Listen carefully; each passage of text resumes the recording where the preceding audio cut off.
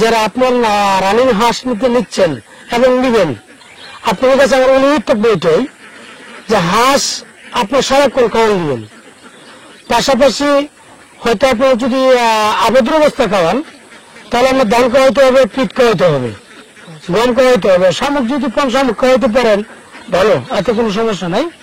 আর যদি শামুক না পান, ধান, গম এবং পিঠ এগুলো আপনি খাওয়াইতে হবে। আসসালামু আলাইকুম প্রিয় খামারি কৃষক ভাই বোনেরা, দেশ ও দেশের বাইরে থেকে যেখান থেকে বসে আমাদের এই প্রতিবেদন দেখতেছেন, আপনাদের সকলের দীর্ঘ এবং সুস্বাস্থ্য কামনা করে শুরু করছি আমাদের আজকের প্রতিবেদন। দর্শক বন্ধুরা, আমি এই মুহূর্তে অবস্থান করছি নেত্রকোনা জেলার মদন উপজেলার কুটুরিকোনা গ্রামে। এই গ্রামের একজন তরুণ উদ্যোক্তা খায়রুল ভাই অনেক সুন্দরভাবে একটি হাঁসের খামার গড়ে তুলেছেন। তার হাঁসের খামারের নাম দিয়েছেন মায়ের দোয়া হাঁসের খামার এন্ড হ্যাচারি। তো মায়ের দোয়া হাঁসের খামার এবং হ্যাচারিতে তিনি বিভিন্ন সাইজের বাচ্চা উৎপাদন করেন এবং হাঁসগুলো বিক্রি করে থাকেন। আমার পিছনে আপনারা দেখতেছেন কিছু রানিং ডিম পাড়া হাঁস রয়েছে। এই হাঁসগুলা তিনি লালন পালন করতেছেন। হাঁস আপনার কিভাবে লালন পালন করবেন আর হাঁস কিভাবে লালন পালন করতে হয়, হাঁস লালন পালন সম্পর্কে আমি আপনাদেরকে বিস্তারিত জানাবো। বিস্তারিত জানানোর জন্য পুরো সময় জুড়ে থাকবো আমি রিয়াজ আহমেদ তোফাজ্জল। আশা করি আপনারা আমার সাথে থাকবেন। তাহলে চলেন আমরা খায়রুল ভাইয়ের সাথে কথা বলে হাঁস লালন পালন সম্পর্কে বিস্তারিত জানি। Subhanallah, glory be to Allah. Subhanallah, glory be to Allah. Subhanallah. আসসালামু আলাইকুম। ওয়ালাইকুম আসসালাম। কেমন আছেন ভাই? আলহামদুলিল্লাহ, আপনি ভালো আছেন তো? এই তো আলহামদুলিল্লাহ ভালো আছি। তো ভাইয়ের নামটা কি? আমার নাম খায়রুল ইসলাম। আচ্ছা খায়রুল ভাই, তো হাঁস লালন পালন করতেছেন কতদিন যাবত? আমি হাঁসের জগতে আছি প্রায় আপনার 30 বছর রানিং। 30 বছর রানিং। এমনিতে আপনি কি শুধু হাঁসি লালন পালন করেন নাকি অন্য কিছু? না, আমার তো মূলত আপনার আমার হ্যাচারি আছে। মূল হলো আমার পেশারি থেকে শুরু হলো আমার হাঁস। আচ্ছা, তা আমার পেশারি হলো আমার এবং বাচ্চা উৎপাদন করা এবং বাচ্চা ফুটানো এবং হাঁস লালন পালন করা। হাঁস আপনার 0 থেকে যে কোনো বছর হাঁস আমার কাছে আছে। আপনার কাজ হচ্ছে কি হাঁস হেচিং করা এবং বাচ্চা উৎপাদন করা। আচ্ছা আচ্ছা, তো প্রায় আজ থেকে 23 বছর আগে আপনি হাঁস লালন পালন শুরু করছেন। আচ্ছা, হাঁস লালন পালন করতে আপনি কিভাবে উদ্বুদ্ধ হলেন বা শুরুটা কিভাবে ছিল আপনার? এটা ভালো একটা কথা আপনি বলছেন। এটা আসলে কথাগুলো বলতে গেলে আপনি কি হয় যে একটা আবেগ আসে, যে আবেগটা আসে ওই জন্যই যে মূলত করতে হলো আমার বড় ভাই করতো এবং আমার আব্বা করতো, আমার চাচাই করতো। তো ওনারা করতো আর বহুত আগে থেকে, সময় ছোট একদম ছোট গুলি চলে। তো আমি ওনার সাথে থাকতে দেখতে আমার নিজের একটা অভিজ্ঞ হয়ে গেছে। তারপরে দেখা গেল যে আপনার বড় ভাই মারা গেছেন, আব্বা মারা গেছেন, চাচাও মারা গেছেন, এখন আমি আছি। তো আমি আমার মতন করে আমি প্রায় 30 বছর ধরে আমি একলা আমি হ্যাচারি চালাইতেছি। হাঁস লালন পালন করা এবং হ্যাচারি চালু করা, সব মিলে আমি একাই আছি ইনশাল্লাহ। আচ্ছা, তার মানে আপনাদের পূর্বপুরুষ থেকে হাঁস লালন পালন করে আসছে, সেই সুবাদে আপনার হাঁস লালন পালন করছেন। আচ্ছা আচ্ছা, তো হাঁস লালন পালন সম্পর্কে যদি একটু বলতেন যে হাঁস লালন পালন কিভাবে লালন পালনটা করতে হয়। এখানে একটা বিষয় হচ্ছে যে আসলে অনেকেই আমি দেখছি যে আমার কাছে একটা ফোনে বলে যে আমি দেখি বইগুলা রানিং হাঁসের যে বিষয়টা, ডিম অনেকেই কম পাড়ায়, যে কম পাড়াটা না জানার কারণে। যেমন আমরা রানিং হাঁসটা যারা আপনার ডিম, এই যে হাঁসটা কিন্তু এখন বর্তমানে আপনার 75% ডিম আছে, এরপরে পানির চাপ আছে, এরপরে 75 আছে, 90% ছিল, এখন আবার একটু কমছে পানির চাপ দেওয়াতে। রানিং হাঁসে যে ডিমটা ওটা বাড়াইতে গেলে 1 নম্বর কারণ হচ্ছে হাঁসটা সারাদিন ওপেন খাইতে হবে। আচ্ছা, খোলামেলা ভাবে খাইতে হবে এবং রাত্রেবেলা একটা খাবার দিতে হবে এবং ঘরে পানি খাবার দুটো দিতে হবে। তো ডিমটা কখনো কমবে না। আর পাশাপাশি আরেকটা বিষয় হচ্ছে যে হাঁস রাত্রেবেলা যদি কোনো হাঁস ভয় পায়, যেমন একটা কুকুর আসলো কিংবা একটা শেয়াল আসলো, যে কোনো একটা বিড়াল আসলো, যে কোনো বিষয়ে যদি হাঁসটা আমি কোনো ভয় পায়, সেক্ষেত্রে কিন্তু আমার ডিম কমে যায়, বাড়ি যায় ভয়ের কারণে। আবার আমি হাঁসটা একটা হিসাব হলো হাঁসটা কোনো অতিরিক্ত জাকি খাওয়ানো যাবে না।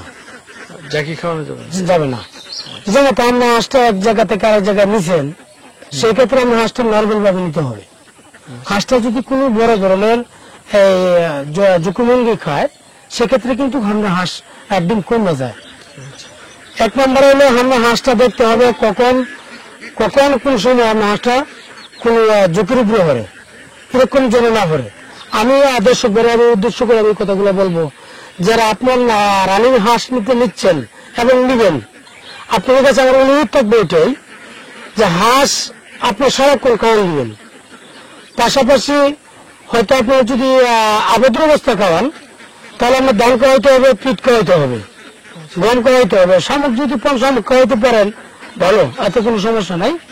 আর যদি শামুক না পান ধান, গম এবং পিঠ এগুলো আপনি খাওয়াইতে হবে। যদি আপনি পিঠগুলো আমরা খাওয়ান সেক্ষেত্রে আমাদের একটা হিসাব আছে, আপনি 0 কেজি 100 হাঁসের জন্য খাবার লাগে, সেক্ষেত্রে আমরা 3 কেজি পিঠ দিতে হবে। আর বাকিগুলো আমরা ধান, গম, ভুট্টা দিতে পারেন। আর পাশাপাশি আমরা রাত্রে যে খাবারটা দেবেন ওই খাবারটা হিসাবে নেওয়া যে হাঁসের ডিমটা কিন্তু শেষের থেকে আমরা হাঁসটা ডিম পাড়া শুরু হয়। হাঁসটা যদি আমরা রাত্রে 10টা 11টা যদি একটা খাওয়ান খায় সেক্ষেত্রে আপনার ডিমটা অতি তাড়াতাড়ি গড়ায়। এবং যে হাঁসটা ডিমটা এরকম বোঝা যায় যে ডিমটা আজকে পারবে না কালকে পারবে, সেটাও কিন্তু আজকে পারবে, একদিন আগে পারবে। তো সবসময় হিসাব করতে হবে যে রানিং হাঁসের ডিম পাড়াইতে গেলে আমরা খাদ্যগুলা সঠিক তথ্য নিয়ে দিতে হবে। আর পাশাপাশি হাঁসের একটু জিন খাওয়াইতে হয়, জিনগুলো খাওয়াইলে হাঁসের ডিমটা অতি তাড়াতাড়ি গড়ায় এবং হাঁস সুস্থ থাকে এবং ভালো থাকে। আচ্ছা, এরকম আর কি। আচ্ছা। তো খালিল ভাই, আপনি তো অনেকদিন যাবত হাঁস লালন পালন করতেছেন, এই হাঁস লালন পালন করতে গিয়ে কখনো কি কোনো সমস্যার সম্মুখীন হয়েছেন বা কোনো সমস্যা পড়ছেন? হ্যাঁ, অবশ্যই। আচ্ছা, কারণ বিষয়টা হচ্ছে এরকম যে একটা জিনিস করতে গেলে ঝুঁকি নিতেই হয়। আচ্ছা, তো অনেক সময় আমি একটা খাবার নিয়েছিলাম যে ওই আমরা তো প্রোডাকশনের জন্য কিছু হাঁস লাগি, যারা আমরা হ্যাচারি মধ্যে যেগুলো ডিম আমরা দিই, বাচ্চা ফুটাই যেগুলা, আমি 3300 হাঁস এক খামারে নিচ্ছি। 3300 হাঁসের মাধ্যমে দেখা গেল যে ডিমের এই মুখোমুখি হাঁসা কিন্তু হাঁসটা একটা ঝুঁকিপূর্ণ খায়। কিন্তু সেই ক্ষেত্রে আপনার যেমন অনেকটা কথা আমরা না বললে না হয়, ভ্যাকসিন কথাটা এখানে আসবে যে ডিমের মুখোমুখি নতুন হাঁস যদি একটা ডিমের মুখোমুখি আসে সেই ক্ষেত্রে কিন্তু যে একটা ঝুঁকিপূর্ণ আসে, তো ঝুঁকিপূর্ণটা আমরা আসবে না যদি হাঁসের কোনো ভ্যাকসিন তৈরি না থাকে। ভ্যাকসিন আমরা সবগুলো দিতে হবে। ভ্যাকসিন গুলো যদি আপনার না থাকে হাঁসটাকে ঝুঁকিপূর্ণ থাকে। তা আমি দর্শকদের আমি উদ্দেশ্য করে আমি কথাগুলো বলবো, যারা আপনারা নতুন খামারে এবং যারা আপনারা অরিজিনাল আপনারা হাঁস আছে, আপনারা কখনো ভ্যাকসিন কখনো বলবেন না। ভ্যাকসিন গুলো আপনারা সঠিক আপনারা দিতে হবে, আপনারা কখনো ঝুঁকিপূর্ণ যাবেন না, এটা আমি নিশ্চিত বলতে পারি ইনশাল্লাহ।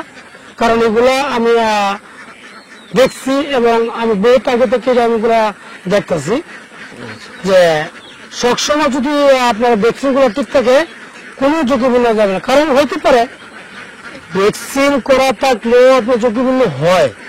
সেই ক্ষেত্রে যেমন আরেকটা কথা আমার না বললে না হয়, যেমন আমরা যে এখন ভ্যাকসিন গুলো আমরা যে দিতেছি মানুষের টিকাগুলা এটা দিতেছি, তো আমরা একটা আশাবাদী যে আমরা কখনো আমরা অসুস্থ হব না, ওই জন্য তো আমরা দিচ্ছি। এগুলো দেওয়ার কারণটা হচ্ছে এগুলো দিলে যদিও কোনো হাঁস এবং কোনো অসুস্থ হয় সেক্ষেত্রে আপনার এটা ওষুধ খেলে অতি তাড়াতাড়ি এটা ভালো হবে। আর যদি কোনো ভ্যাকসিন না থাকে সেক্ষেত্রে আপনি এটা কাজ করে খুব দেরিতে এবং খুব বেশি ঝুঁকিপূর্ণ থাকে। আচ্ছা, আচ্ছা, তার মানে ভ্যাকসিনটা গুরুত্বপূর্ণ সহকারে। হ্যাঁ, ভ্যাকসিন গুরুত্বপূর্ণ, এটা দিতে হবে। আচ্ছা, হাঁস কত মাস বয়সে ডিমে আসে? হাঁস আপনার 5 মাসে যখন আপনার হাঁসটা ডিমে আসে, এটা হলো আপনার সুন্দর এবং সুস্থ মতন ডিম আসে। এখানে আরেকটা বিষয় হচ্ছে, এখন হলো আধুনিক যুগ, যেমন আমরা ডিজিটাল বাংলাদেশ, আমরা বলতে পারি হাঁস আপনার 4.5 মাসও ডিমে আসে। কিন্তু কিভাবে আসে, যেমন এই যে খাদ্যগুলো আসে যে আপনার যেমন এই যে ব্রয়লার খাদ্যগুলো আইছে, এগুলা যদি অতিরিক্ত খাওয়ায় তো একটু ডিমও তাড়াতাড়ি আসে, কিন্তু এভাবে ডিম আসাটা একটা রিস্কের উপরে হয়। আচ্ছা। যেমন যে কোনো জিনিস, একটা মানুষ হোক, একটা হাঁস হোক, একটা পশু পঙ্খী, যাই কিছু বলেন, সঠিক টাইমে যদি একটা বাচ্চা কিংবা একটা ডিম যদি সঠিক টাইমে যদি আমরা ডেলিভারি হয়, সেক্ষেত্রে আমরা বলতে পারি যে আমরা এটা এবং সুস্থ থাকি।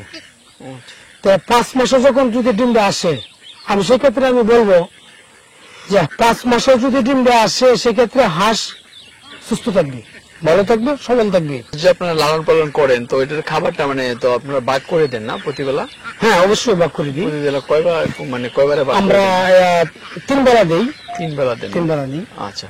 আপনার হাঁসগুলো তো ছেড়ে মুক্তচারণ ভাবে লালন হ্যাঁ, পালন? মুক্ত ভাবে। আচ্ছা।